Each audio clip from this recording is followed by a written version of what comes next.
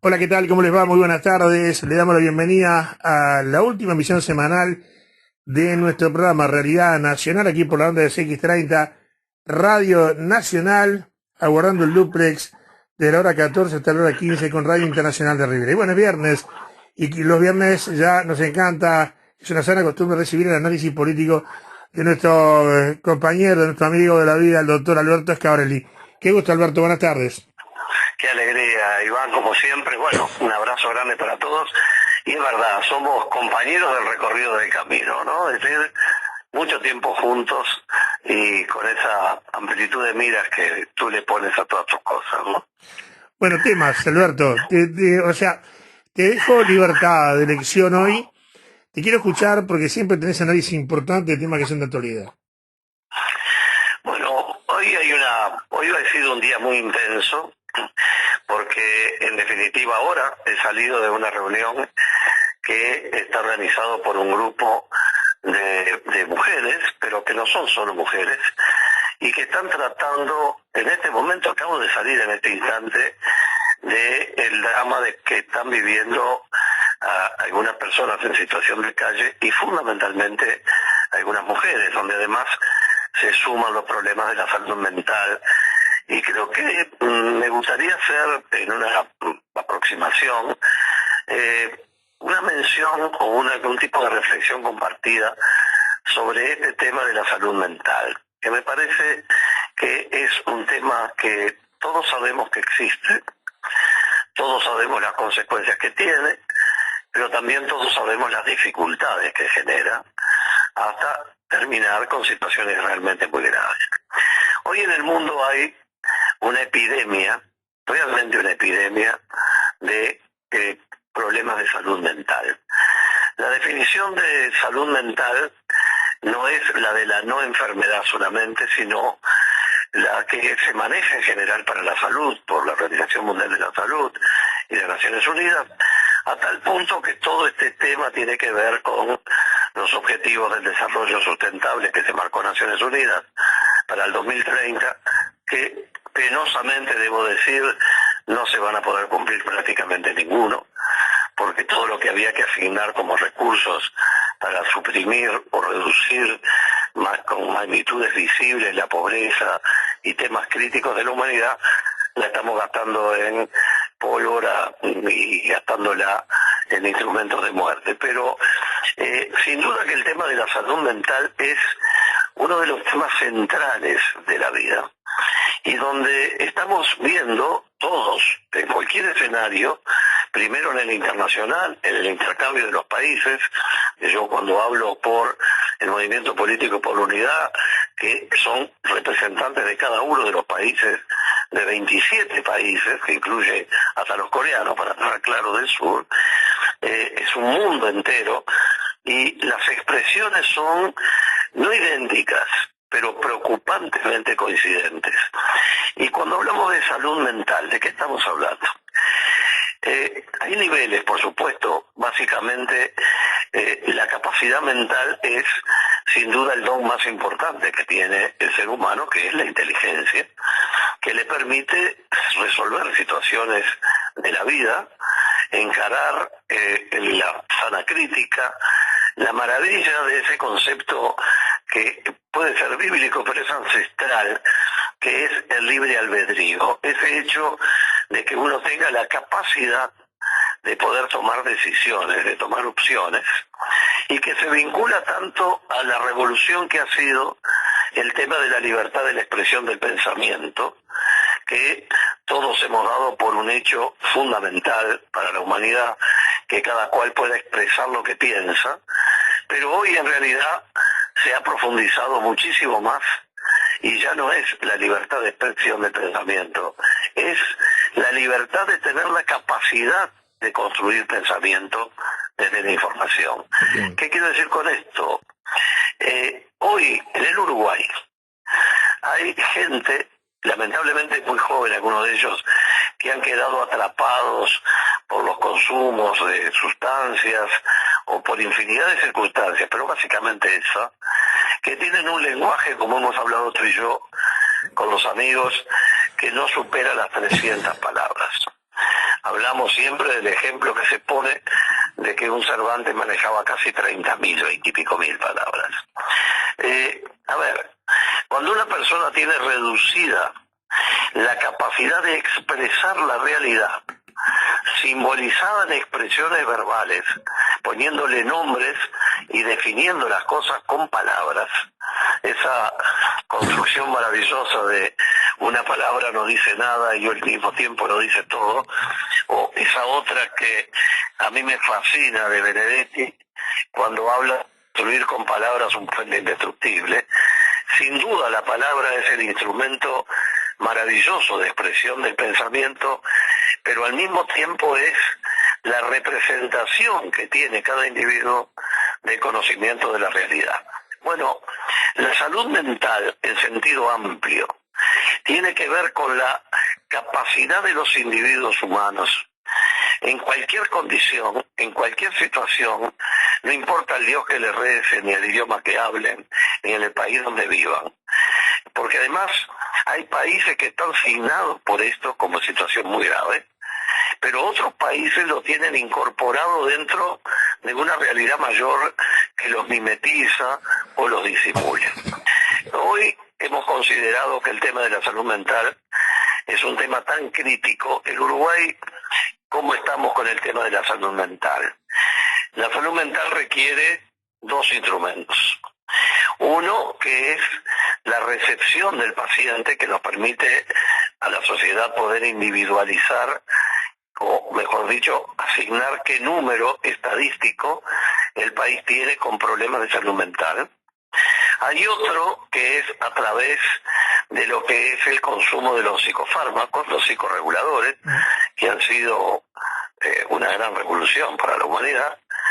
Y hay uno tercero que queda mucho más difícil de poder medir, que es el de la marginación de la gente que no aparece en relevamientos cuando no hay relevamientos. Y ahí aparecen algunos temas como el suicidio y otros que tienen que ver con la depresión y otros que tienen que ver con etapas intermedias que al mismo tiempo afectan la vida. En fin, Iván, es un tema de una riqueza y de una terrible magnitud. Y cuando digo riqueza es porque nos va la condición humana en este tema. Los partidos políticos, en este tiempo que tienen que promover cosas, tenemos que tener todos los uruguayos la exigencia, todos quienes viven en este país, de que el país sea un país modélico en la atención de la salud mental. A ver, hoy nuestros sistemas de salud brindan cobertura de salud mental cuando estamos en etapas agudas que duran muy pocas semanas y luego el individuo queda sometido a su propia suerte porque no hemos logrado terminar un sistema de protección de la salud mental. Yo creo que cada uno de nosotros, en cada espacio que tenga, gran, pequeño, importante o menos importante, todos son esenciales donde poner sobre la mesa este tema que no admite interpretación política, ni diferencias culturales, ni religiosas. Nosotros necesitamos, porque somos muy pocos, porque ya nos nacen menos de 40.000 bebés por año, necesitamos imperiosamente cuidar la salud mental de la gente que está en el país. Por eso, cuando se habla sobre el tema de drogas, y alegremente se dice, bueno, puede producir síndrome amotivacional, que la marihuana puede generar, entre otros destapes de problemas psiquiátricos, la persona queda sin motivación. Bueno, esto no es poca cosa, nos va la vida en este tema, y por eso lo quería mencionar como vuelo de pájaro para dejar pensado para adelante el tratamiento más profundo de este tema, ¿no? Claro, ahora te seguía en todo lo que tú mencionabas y, a ver, es un tema que yo también lo he trabajado bastante. Veía declaraciones del secretario de la Junta Nacional de Drogas, el doctor Daniel Radío, que decía que la calle está llena de tratamientos fallidos, tanto para el consumo de droga como para la salud mental. Que él recibía el 10% del presupuesto de ACE, que prácticamente lo que ACE gastaba en un día le daban para todo el año a él, y que entonces a él no se le podían exigir ningún tipo de política de recuperación. A esto también le sumamos, porque todo tiene que ver con todo, cuando se planteó aquello que creo que lo había planteado la primera vez el presidente Mujica, de internación obligatoria para adictos, adultos adictos a la droga. Resulta que la pasta base, que genera un daño terrible, como la cocaína y de repente en menor medida la marihuana, había hasta hace unos meses atrás 25.000 personas detectadas y tenemos lugar para tratamiento para 3.000. Mirá todo lo que te tiré en 2 minutos y muestra claramente que no hay una política de Estado para tratar todos estos temas. Es decir, yo creo que lo primero que hay que decir es que hay una violación flagrante de la ley que estableció todo el tema de la marihuana, para no entrar en detalles de nombres técnicos, porque en definitiva nos quedamos con la destrucción de los factores de protección, que son la clave de la vida, que uno tenga elementos que lo protegen frente a los riesgos de la vida y los peligros de la vida. Bueno, se dinamitaron las bases sobre el tema de la marihuana, banalizando totalmente los riesgos implícitos en el tema de la marihuana. ¿Cuál era la contrapartida de esa norma de quienes finalmente se promovió, no solo se aceptó como norma, sino que siendo una norma que pudiera ser cambiada por cualquier partido político porque no requiere iniciativa del Ejecutivo, terminó siendo no tocada por ninguna iniciativa parlamentaria? Quiere decir que todo el mundo convive felizmente con este estado de las cosas. Pero la ley estableció claramente que la Junta Nacional de Drogas y el Estado tenía la obligación de tener campañas intensas, científicas, profundamente manejadas, con comité técnico de seguimiento, para fomentar la prevención en la materia de consumo. Bueno, evidentemente que la Junta, el sistema político, comenzando desde el Poder Ejecutivo hacia todo lo largo, no le ha dado los recursos imprescindibles para poner las alertas tempranas, para que la gente, y sobre todo los más jóvenes, no crean que esto es un tema de simplemente una opinión de si es bueno o si es malo. Esto requiere tener gente que informe como corresponde en profundidad, con campañas muy bien hechas. Bueno, aquellos foros por la vida que tuve la felicidad de poder hacer a lo largo de todo el país durante 5 años. Yo no digo que ese tenga por qué ser el modelo. Lo que está claro es que la ley estableció obligatoriamente que si iban a haber libre acceso bajo los términos que se fijaron al consumo de marihuana, imprescindiblemente tenían que haber normas que le permitieran, medios que permitieran advertir que el uso de esa libertad de suministro iba a estar condicionado por el riesgo de los consumos. El capítulo de la internación compulsiva, que admite varias etapas al mismo tiempo y que es un tema riquísimo, es decir, por eso hemos presentado aquel proyecto de ley que infelizmente terminó semifrustrado, que era la creación de la Comisión Nacional de Bioética, donde los temas bioéticos que tienen que ver con el enfoque ético de los temas de la vida humana, la salud, que va desde los medicamentos hasta los tratamientos, desde la eutanasia, desde el aborto, desde la disposición final de los embriones humanos, de la terapia con el tema de las adicciones, dónde llega el límite de la internación, con una aclaración muy importante. En la normativa legal uruguaya, solo 2 entidades jurídicas tienen la capacidad de privarnos de la libertad. Cualquiera de nosotros que vivimos en el Uruguay, se nos puede decir: usted pierde la libertad y ya no puede moverse de donde yo lo ponga, a través de 2 tipos de definiciones, o mejor dicho, de determinaciones. La primera, la que todos conocemos, que es la del sistema judicial penal, que bueno, ya daría para hablar mucho, pero vamos a quedarnos en ese punto. Es decir, un juez penal determina que alguien queda privado de libertad y esa persona queda excluida de la libertad ambulatoria. Pero la segunda, que es mucho más encubierta, es la que los médicos, los psiquiatras, trabajando de acuerdo a la normativa. En los picos agudos de determinadas enfermedades mentales tienen la facultad de internar compulsivamente, pero esto está desde el fondo de los tiempos, Claro. a la persona que está siendo peligrosa para sí misma y para los demás. Hay procesos intermedios que se han dado en el mundo, Naciones Unidas lo estudiamos bastante, y es que el individuo en la etapa lúcida, así como deja predeterminado que quiere donar sus órganos, bueno, ahora la normativa cambió, porque ahora todos donamos, salvo que digamos que no donamos. Claro. Pero así como un individuo puede determinar qué pasa con sus órganos, o puede determinar cómo quiere que termine su vida, y hasta qué límite quiere llevar los tratamientos médicos, me refiero en general. Bueno, hay una hipótesis que permite de trabajo, que está en práctica en algunos países, que aquí se ha manejado, se ha estudiado, se ha evaluado, y es que el individuo cuando está en estado de salud mental equilibrada y no en un pico agudo, deje anticipado su consentimiento para poder ser internado cuando entra con el síndrome de abstinencia y todas esas consecuencias terribles que conocemos.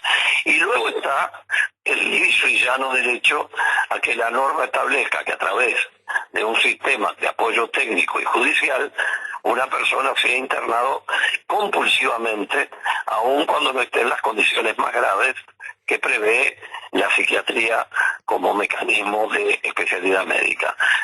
Todos estos temas forman parte de algo mucho más amplio, porque además hay otro tema muy crítico. No existen tratamientos mágicos.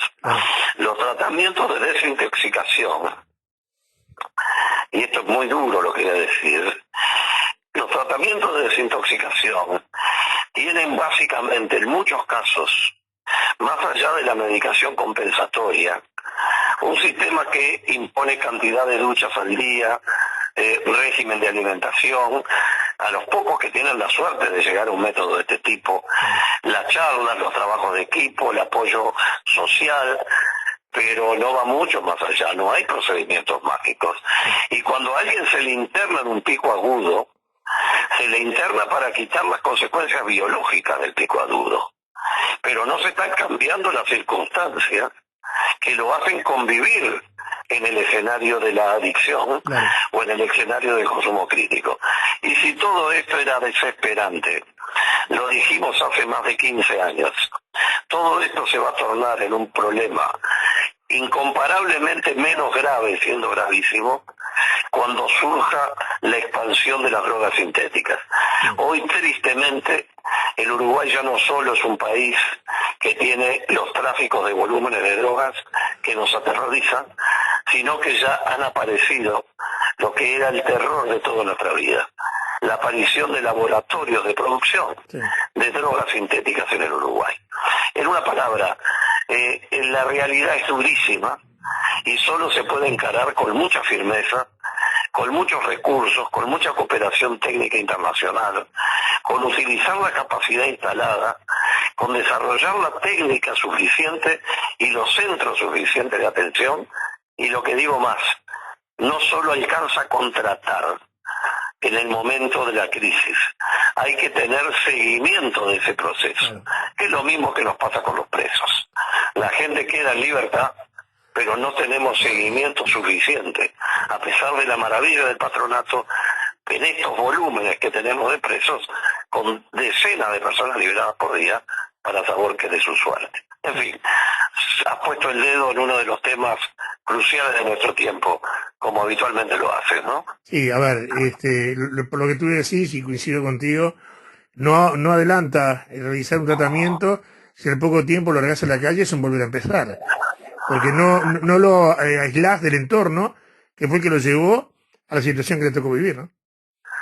Sí, es decir, si hay una persona en situación aguda a consecuencia de el trastorno de salud mental, o para el caso de los síndromes de abstinencia, obviamente que darle un tratamiento de ese tipo le genera enormes beneficios. No le resuelve el problema, le supera la emergencia, para que lo tengamos en claro, aunque esa situación dure un mes o dure un poco más. Ahora, El otro tema que tú decías, que es nuestra capacidad instalada, bueno, yo creo que está claro que si una persona tiene un pico de salud mental afectada, que lo está llevando en el camino hacia la depresión, y el individuo saca un número para que le atienda a un psiquiatra para ver cómo está, rompiendo la resistencia de no querer hablar de esos temas, y luego tiene la atención dentro de no sé cuántas semanas después, y no hay una magia de seguimiento suficiente y de entorno y compromiso parental para apoyar, bueno, es todo muy difícil. Pero estos temas difíciles solo se resuelven con compromiso social, con la justicia social, que es mucho más que la justicia social económica. Es la justicia de que entre todos solventemos, desde el punto de vista económico, pero también generando las formas, incluso a través de lo económico, como es el sistema de cuidados, el Sistema Nacional de Cuidados, establecer mecanismos de acompañamiento, de seguimiento, que salido de la etapa crítica, la gente no quede librada a su propia suerte, o liberado del delito menor que haya cometido, no quede liberado a su propia suerte, y a esas cosas es donde yo creo, por lo menos yo tengo el propósito profundo de dedicar el mayor de los esfuerzos en el tiempo por venir, porque me parece que son las cosas profundas en las que nadie tiene derecho a decir, no, este tema no es prioritario. Claro. A ver, sin tener que hablar de política profunda, realmente parece, está bien, más vale tarde que nunca, pero que se nos diga hoy que se van a poner esta cantidad de dinero que se va a poner para atender la salud mental en el cuarto año de un periodo de gobierno, me parece que es menos malo que si no se hubiera dicho nada, pero también es al mismo tiempo la confesión de que el sistema no ha tenido en cuenta cosas esenciales, y esta es una de las cosas esenciales en las que nos va la suerte como país, nos va la suerte como nación, como colectividad humana. En fin, todos sabemos lo que pasa en las familias, sabemos lo que pasa en los grupos, sabemos cómo es la situación de gente en situación de calle. En fin, este tema es riquísimamente vasto, pero enormemente preocupante y humanamente comprometedor, que es donde quisiera hacer mayor énfasis. Claro. Uno puede decir, prefiero no saber mucho de esto, pero no tiene derecho a no comprometerse con el tema, ¿no? Ahora, mira, te tocaste un tema que a mí me llega de cerca porque una de mis hijas es maestra de escuela especial.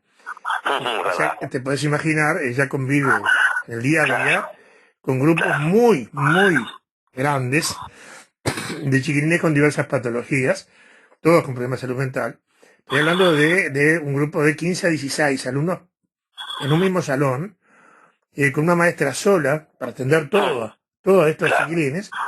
Y vos sabés que a mí me gusta hablar con las autoridades de la materia, y lo llamé al presidente de la ANEP, el doctor Robert Silva. Y yo le pregunté si se ahorraba dinero, si había una economía. Él me dijo, no, economía no. Entonces, ¿por qué, por ejemplo, una escuela especial no tiene, paga por parte de la autoridad, una emergencia médica, por ejemplo? De no creerlo. Bueno, no, perdón, Libre, explíquemelo, porque eso sale 2.000 pesos por mes.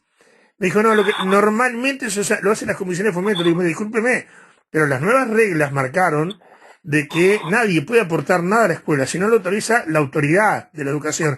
O sea que son ustedes los que tienen que hacerlo. Ahora, le voy a preguntar otra cosa. ¿A usted le parece de que un maestro puede estar en un salón con niños que tienen edades que van de 10 a 16 años, todos en el mismo salón? No, estamos todos locos. Pero, a ver, porque ¿sabes qué pasa, Alberto? Ahí estamos regando la planta de lo que va a crecer a futuro. Vamos a tener más problemas de salud mental, porque no lo estamos tratando desde ahora. Ese es el gran problema. Entonces, claro, Robert Silva empezó a titubear, porque, viste, a mí me gusta hablar con argumentos. Yo no ando, yo no opino, ¿verdad? Yo pregunto, interrogo en base a la información que tengo. Y yo necesito respuestas de la gente, de las autoridades.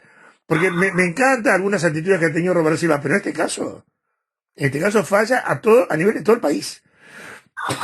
Y al punto que vamos, este es un problema que no tiene vuelta, no tiene retorno, ¿no? No, pero además, el otro aspecto complementario, porque lo que has dicho lo has definido todo ya. El otro aspecto complementario es el de las vocaciones. Es decir, ¿cómo estamos fomentando las vocaciones como tu hija un día decidió dedicarse a lo que se dedicó? Y ponerle la vida a lo que está poniendo, cuando podría estar teniendo un grupo de chiquilines totalmente sin problemas, pudiendo hacer cosas diferentes. Bueno, yo realmente tengo un profundo sentimiento respecto de las vocaciones. Y esas vocaciones que tratan los temas más difíciles del humano, también necesitan ser no solo fomentadas, sino además reconocidas y protegidas. Cuando uno no atiende el mérito y el reconocimiento de quienes ponen su vida, porque tu hija comenzó joven en algo que le va a llevar la vida entera, no tengo duda, y va a consagrar su vida a una actividad que otros no lo hacen, y no va a tener una compensación diferencial suficiente. Y bueno, estamos hablando de tu hija y es un error porque parece que estamos personalizando con todo lo que la admiramos. Pero pensemos en sus colegas en general, como pasa con quienes están trabajando en zonas críticas o en temas críticos. Si nosotros no cuidamos esas vocaciones y no les reconocemos el mérito y no les compensamos el riesgo de la vocación, bueno, estamos pegándonos, como dicen ahora, un tiro en el pie. Claro. No estamos entendiendo nada. Pero mira, el tema de la zona de contexto crítico también me obligó a mí a preguntarle a Robert Silva. Porque acá en Rivera había 11 escuelas de contexto crítico. Y la ANEL las bajó a 6. Entonces yo le pregunté quién le había contado que esas zonas donde él recortó las escuelas de contexto crítico habían mejorado desde el punto de vista socioeconómico. Digo, porque esas zonas siguen igual, y en esas zonas se han instalado asentamientos. Hay gente de muy bajo nivel socioeconómico. Y ahí, bueno, le tengo que reconocerle la honestidad, porque me dijo, bueno, sí, algo me han dicho, lo vamos a revisar, lo vamos a corregir. Lo terminó corrigiendo, pero no tiene que ser periodista que se lo diga. Nosotros tenemos la suerte. Es la visión neoliberal de la reducción de gasto, ¿no? Es decir, cuando uno se jacta de que el logro de la gestión es haber reducido el gasto o el déficit, y el déficit se redujo, como dije siempre, uno puede tener que adelgazar, ir a un dietista, hacer un tratamiento, un nutricionista, hacer ejercicio, el sacrificio de bajar 10 kilos. Ahora, si uno está apurado por perder 10 kilos, puede serrucharse un brazo, ¿eh? Claro, seguro. Y se amputa un brazo y baja 10 kilos seguramente, no sé cuándo.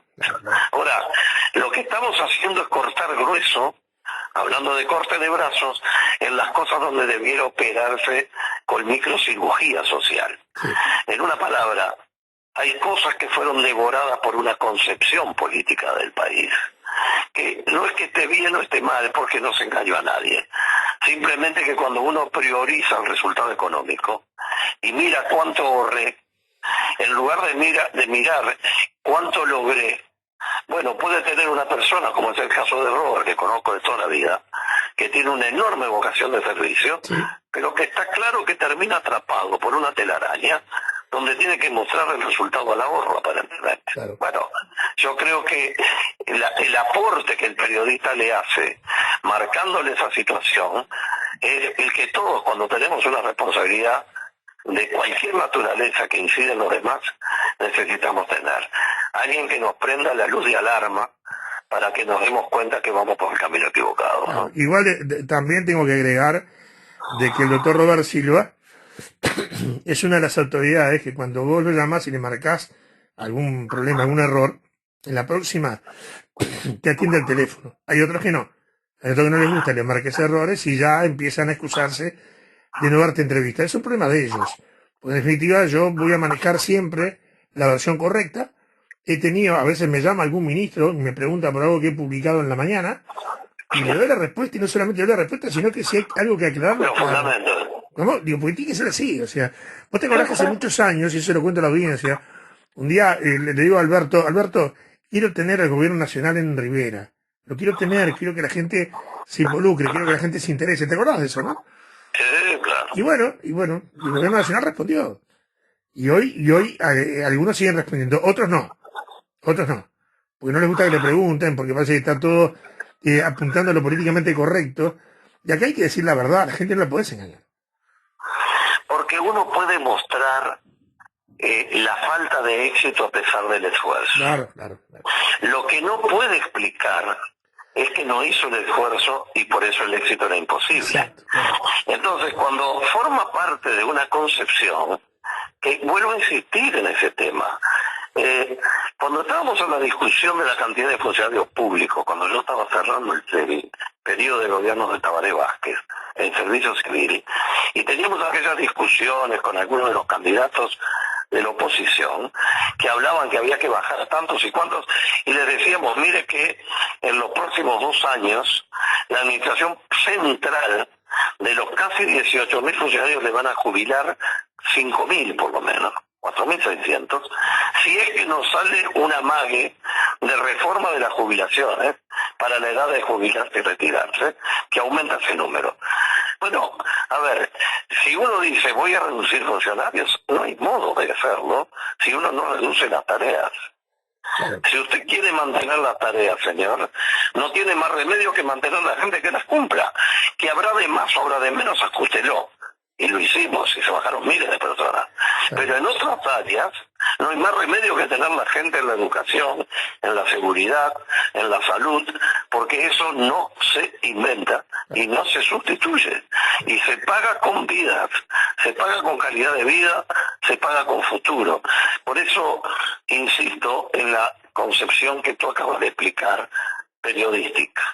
Hay gente que no da la cara porque no tiene forma de explicar, y hay otros que dan la cara porque están tan convencidos que aún siendo gravísimo lo que están sosteniendo está bien, y siguen diciendo bajé 2 puntos el déficit fiscal, y hay cosas que se nos están cayendo a pedazos, como otros que dicen sí, realmente esto no está bien, lo voy a rectificar. Bueno, no importa en el lugar donde se esté, no importa el partido, sí importan las ideas, porque las ideas marcan el rumbo, pero las personas son las que ejecutan las ideas y el rumbo. Por lo tanto, tengamos la suerte de que siempre podamos fomentar en el sistema político uruguayo, que es tan pequeño y tan fácil de poder manejar con criterio humanista y positivo, bueno, que las cosas sean claras y que la gente tenga claro dónde están las prioridades. A ver, si tenemos un Milei que dice que va a suprimir todas las ayudas sociales y va a quedar cada cual librado de su propia suerte, bueno, yo nunca creí vivir lo suficiente para poder escuchar esto en pleno siglo XXI. Pero en fin, quedémonos con la parte del medio vaso lleno, pero teniendo en cuenta que hay un profundo fracaso en la ejecución de algunas políticas que debieron ser prioritarias. Y la confesión de Conecta, del secretario de la Junta de Drogas, cuando dice lo que le dan no le alcanza para, bueno, lo estamos pagando con estas crisis profundas de muchachos que están quedando por el camino, porque no hay mecanismos ni de prevención, ni de formación, ni de desarrollo, ni de contención, y mucho menos de seguimiento funcional posterior. Bueno, son los temas que sin duda alguna van a formar parte de los temas centrales del tiempo por venir, ¿no? Alberto, el gustazo de siempre escucharte, te invito a que nos reencontremos la próxima semana. Con un gran gusto, hasta la semana que viene para todos.